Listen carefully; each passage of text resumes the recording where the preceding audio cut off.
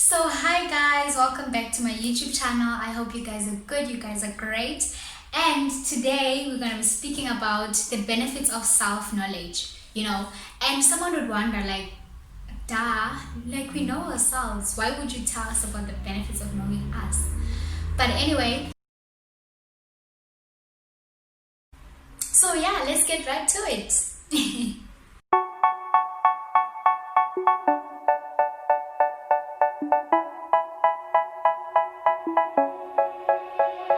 They say, oh my God, I see the way you shine. Take your hand, my dear. So let me just make an example, Let me say I tell like my colleagues or people that I know that, what, guys, I don't drink anymore, and they all understand, and then I have them over at my place for like supper or something, and then they say, dude, just have one glass, like it won't kill you, or one shot, it's not gonna make any difference. At that moment and at that point, I need to make a decision not to take that glass or one shot, because if I do, it's like taking 1,000 steps backwards after working so hard to take 10 steps forward. It might not look as it's going to be a lot, but it is a lot, especially if you've made a promise to yourself. You wouldn't know how to control yourself if you don't keep small promises that you make to yourself. So that's the bottom line. Like, self-knowledge comes with like self-control. That's one of the benefits that it has. If you know yourself so well, and if you're working towards something, you would know how to control yourself. Yeah, so let me say you have friends and they want to go out partying, and you don't feel like partying, you don't want to go.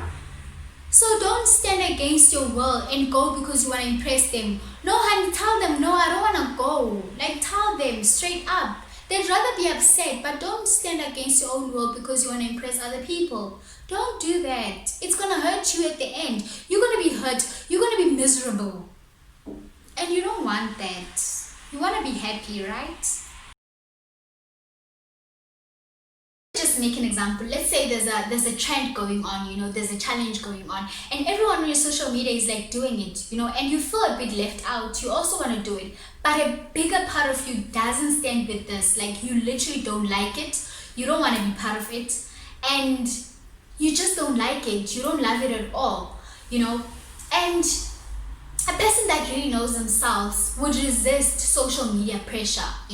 You wouldn't allow yourself to fall prey to something that you stand against, because most of the time we get people doing things, but they don't really believe in those things. A part of them, I would say a big part of them, is against those things, but they're just doing it because everyone else is doing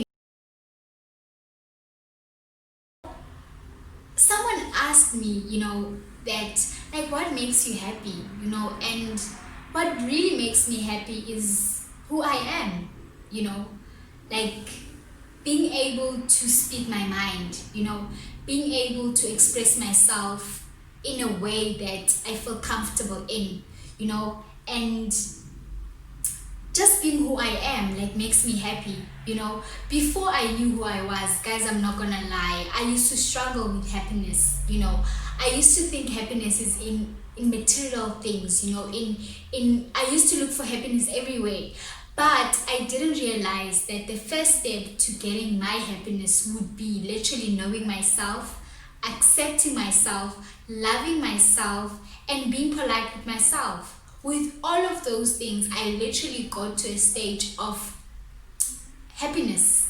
Like, literally, I got to a stage of happiness, and everything was like aligned. My thoughts and my actions were like aligned. Everything was simpler, it was very simple.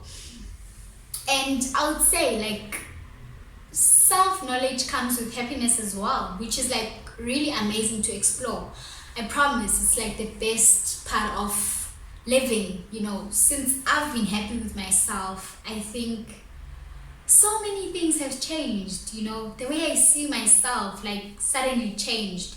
The way I see other things have suddenly changed. Even the things that I had that I didn't even realize, I can see them now. Like, I can see that, oh, I have those jeans, I have that t-shirt.